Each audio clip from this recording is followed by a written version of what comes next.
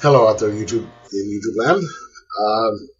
The other day I did a comic haul and I showed that I had gotten Babyteeth #1, and I promised that I would do a review because I had bought it just because it sounded interesting and I wasn't sure whether I was going to like it or not. And to kind of make myself read it right away, I did promise that I'd do a review. Now, judging by just the cover, you can sort of guess what it's about. This is a pregnancy test here, and if you look there, you can see a pentagram, and I don't know if you can tell, there's also a pentagram drawn on the cover. This is basically a story about a girl who gives birth to the Antichrist. And I really like the opening panel just because it's her sitting in the dark. I don't know, let me see if I can do this without a lot of glare on there. It's her sitting in the dark up against what looks like a wall, and she is recording a video, or attempting to start recording a video, to what is going to be her son. And she just starts telling the events of his birth. Just the day, starts out going back to her sitting at school, and boom, how the events of how the child was born. And that's the whole issue, is the day of his birth, right up to a couple minutes after he was born. And you find out that she had hid her pregnancy. The only person who knew about it was her older sister. And that there had been no complications up to his birth. I mean, this isn't really covering a lot, but the birth was eventful, shall we say. And she finds out that there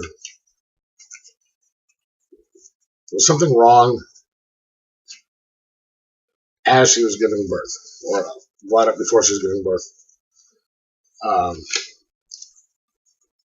into the birth. And then you find out that as she's doing this, this is a year later, and as you can see right here, it says, this is 1 year later, Palestine. It says right here, Palestine 1 year later. And so this is in the future, and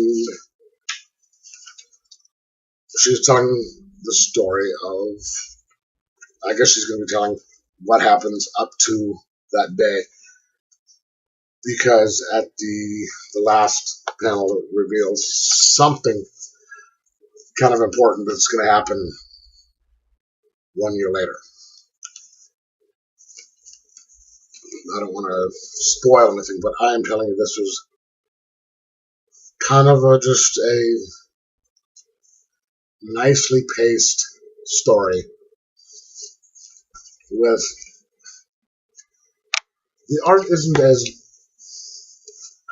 fantastic as some of the other Aftershock stuff that I've seen, but it is well done.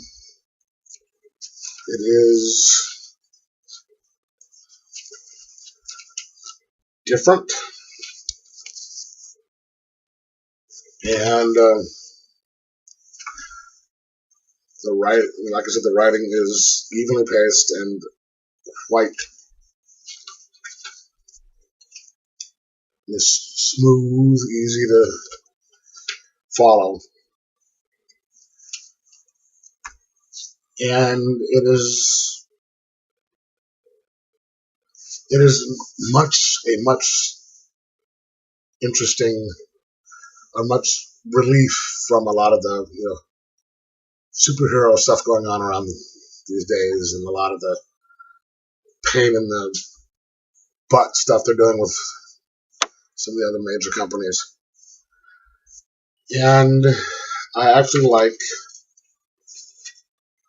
Oh, and they also have a review of a new comic book by Cullen Bunn, who is becoming one of my favorite authors, called Unholy Grail. And it also has a review of Babyteeth, or the cover of Babyteeth #2. And I like some of the things they're doing here. It's just showing some of how some of these pages come together. If you're interested in just like writing comics and drawing comics, you can see how it's been done. So I would put this as a 4.2, 4.3 out of 5. And am really looking forward to #2. I'm going to have this put on my pull list, and from now on, the next issues, and am really looking forward to following the story to find out what happens all the way through issue 12, because that's at least the end of the story jumps to 12, a year later, and what she said is going to happen is going to happen. So if you like this type of stuff, give it a shot. And all right, thanks. Talk to you later. Bye.